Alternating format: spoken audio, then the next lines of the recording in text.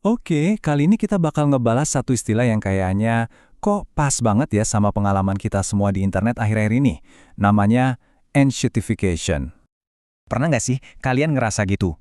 Dulu aplikasi atau website favorit kita enak banget dipakainya. Sekarang kok jadi makin lambat, makin banyak iklannya, makin nggak guna. Ternyata perasaan itu bukan cuma kebetulan loh, ada polanya. Dan kutipan ini, wah, ngena banget. Ini gambaran rasa frustrasi kita. Platform-platform ini udah jadi begitu besar, begitu mendarah daging di hidup kita, sampai-sampai walaupun kualitasnya anjlok, kita tuh susah banget buat ninggalin. Kenapa? Ya karena semua teman kita, data kita, kerjaan kita, semuanya ada di sana. Oke, jadi apa sih sebenarnya enshittification itu? Gampangnya gini, ini adalah sebuah proses pembusukan platform digital.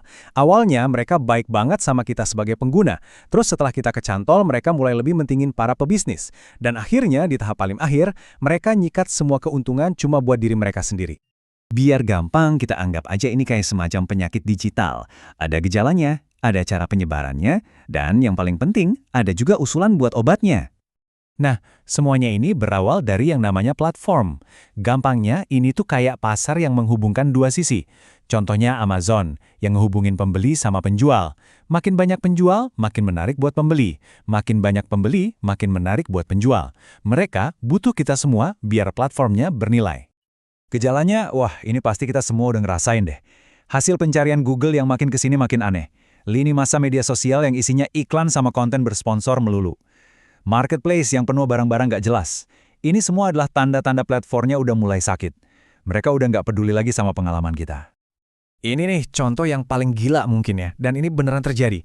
Sampai ada urin yang dijual dalam botol bisa jadi produk terlaris. Ini nunjukin betapa parahnya pembusukan ini. Algoritmanya udah nggak bisa lagi bedain mana produk beneran, mana yang sampah. Ini bukan cuma nyebelin, tapi udah masuk level berbahaya. Yang menarik, proses pembusukan ini tuh ternyata ada polanya. Bisa diprediksi dan selalu lewat 3 tahap yang sama. Yuk kita bedah satu persatu. Jadi, ini dia 3 tahapnya. Pertama, platform manjain banget penggunanya. Layanannya gratis, fiturnya keren, pokoknya dibikin betah. Kedua, setelah penggunanya banyak dan nggak bisa pindah, platform mulai jualan pengguna ini ke para pebisnis. Dan terakhir, setelah pebisnis dan pengguna sama-sama terkunci, platform mulai meres semua orang buat keuntungan maksimal. Biar kebayang, kita pakai contoh Apple App Store aja ya. Di awal-awal, Apple itu baik banget sama para developer aplikasi. Mereka ngasih penawaran yang susah ditolak. Tujuannya apa? Ya biar App Store-nya cepat rame sama aplikasi-aplikasi keren, jadi makin banyak orang mau beli iPhone. Nah, ini dia tahap keduanya. Begitu para developer dan pengguna iPhone udah terkunci di ekosistem Apple, permainannya berubah. Tiba-tiba Apple nerapin aturan baru, pajak Apple. 30% dari semua pendapatan aplikasi harus disetor ke Apple, selamanya. Dan puncaknya, di tahap ketiga, Apple bener-bener ngunci semua orang. Para developer aplikasi dilarang keras ngasih tahu pengguna kalau mereka bisa loh bayar lebih murah kalau transaksinya di luar App Store. Jadi baik pengguna maupun developer, semuanya terjebak dalam sistem Apple yang mahal itu. Oke, pertanyaannya sekarang, kenapa sih hal ini kayaknya kejadian di mana-mana dan di waktu yang bersamaan? Apa ini cuma kebetulan? Ternyata ada alasan spesifik di baliknya. Akar masalahnya itu ternyata ada di pergeseran cara pandang hukum soal monopoli. Dulu, filosofinya simpel. Perusahaan yang terlalu besar itu berbahaya, titik. Jadi harus dicegah. Tapi sekarang, aturannya jadi lebih longgar. Selama harga buat konsumen nggak naik dalam jangka pendek, perusahaan boleh jadi sebesar apapun. Aturan ini sama sekali nggak mikirin bahaya jangka panjangnya. Dan dampaknya apa? Ya ini, konsolidasi besar-besaran. Perusahaan-perusahaan raksasa mulai mencaplok pesaing-pesaing kecilnya. Persaingan sehat jadi mati. Akhirnya, yang tersisa cuma segelintir pemain super besar. Kalau udah nggak ada saingan, buat apa lagi mereka bersikap baik sama kita? Mereka udah terlalu besar untuk peduli. Tapi tenang dulu, ini bukan cuma soal berita buruk aja. Ada juga usulan buat nyembuhin penyakit digital ini. Ada 4 pilar utama yang diusulkan sebagai solusinya. Jadi, intinya adalah kita butuh pendekatan dari berbagai sisi. Nggak bisa cuma satu solusi.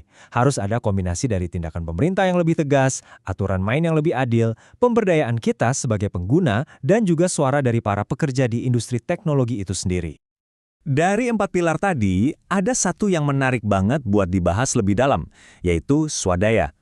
Kuncinya ada di sebuah konsep yang kedengarannya rumit, tapi sebenarnya simpel. interoperabilitas adversarial. Gampangnya gini deh, kita harus punya hak buat ngoprek atau memodifikasi teknologi yang kita beli tanpa perlu izin dari perusahaannya. Contoh klasiknya itu cartridge printer. Dulu ada perusahaan kecil yang berhasil bikin tinta printer yang lebih murah buat printer Lexmark. Mereka dituntut, tapi mereka menang. Intinya, kita harus bisa melakukan hal yang sama ke platform-platform digital. Dan kutipan ini benar-benar merangkum semuanya. Masalahnya bukan karena para bos-bos teknologi itu tiba-tiba jadi jahat. Masalahnya adalah rem yang dulu nahan mereka, yaitu persaingan, regulasi, dan hak kita untuk ngoprek, sekarang udah dilepas semua. Jadi ya mereka ngegaspol.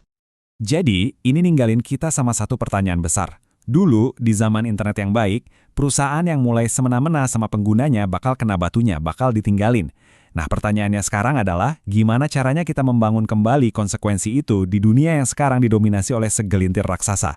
Karena kita bisa kok bikin internet yang lebih baik lagi, tapi itu butuh usaha dari kita semua.